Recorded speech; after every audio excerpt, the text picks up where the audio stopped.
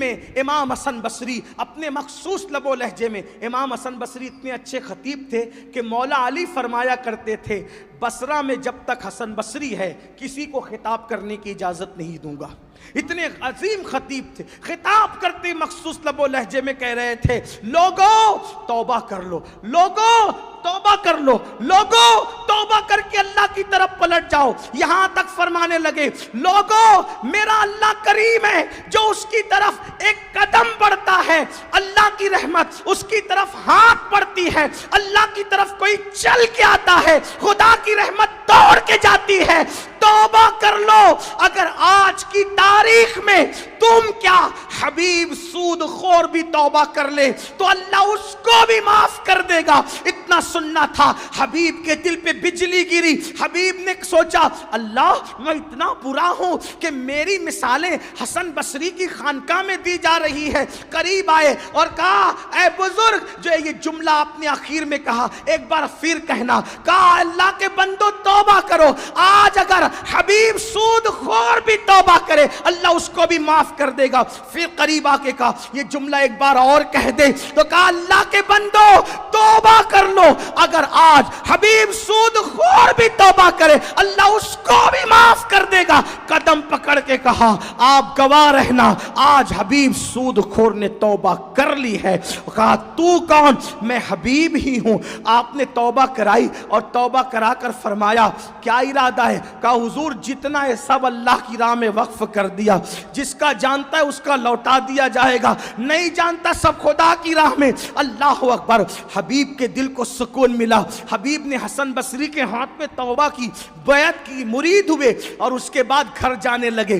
بچے ابھی تک کھیل رہے تھے، توجہ کرنا، جو بدل جائے بازاری عزتیں کچھ نہیں ہوتی، اشتہاری عزتیں کچھ نہیں ہوتی، اللہ کی دی ہوئی عزت کبھی ختم نہیں ہوتی۔ سنو سنو، جو صبح کو نکلے تھے اور بچوں نے کہا تھا حبیب سود خور کے غبار سے بچو کہیں ہم بدبخت نہ ہو جائیں، وہ بچے اب بھی کھیل رہے تھے۔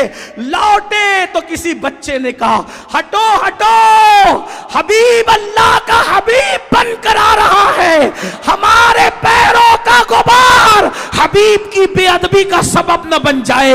آنکھوں میں آنسو جاری ہو گئے، مولا میں نے توبہ وہاں کی، میرے سوا اور محفل والوں کے سوا کسی کو پتا نہیں ہے تیری شان کتنی بڑی ہے، ابھی توبہ کی ہی ہے کہ تو نے لوگوں کے دل میں میری محبت پیدا فرما دی ہے۔ اس کے بعد ساری زندگی حبیب اللہ کے ہو کر کے رہے۔ اسی حبیب کو دنیا نے حضرت حبیب اجمی کے نام سے جانا، اور یہ حبیب اجمی کون ہے؟ غریب نواز کے بھی پیروں کے پیر ہے اور غوث پاک کے بھی پیروں کے پیر ہے۔ ایک مرتبہ کشتی میں سفر کر رہے تھے، کسی کا موتی چوری ہو گیا تو لوگوں نے کہا اس نے چرایا، بعد میں کہا یہ حبیب نے چرایا ہوگا۔ اللہ اکبر۔ ملاح نے کہا حبیب تم نے چوری کی موتی؟ کہا اچھا میں چور دکھتا ہوں؟ پھر آپ نے غصے میں آ کے کہا اے دریا کی مچھلیوں، جو موتی گم ہوا ہے نکال کے دو۔ تو دیکھا کہ پورے دریا کے اندر مچھلیوں نے سر نکالا اور سب کے منہ میں موتی ہے۔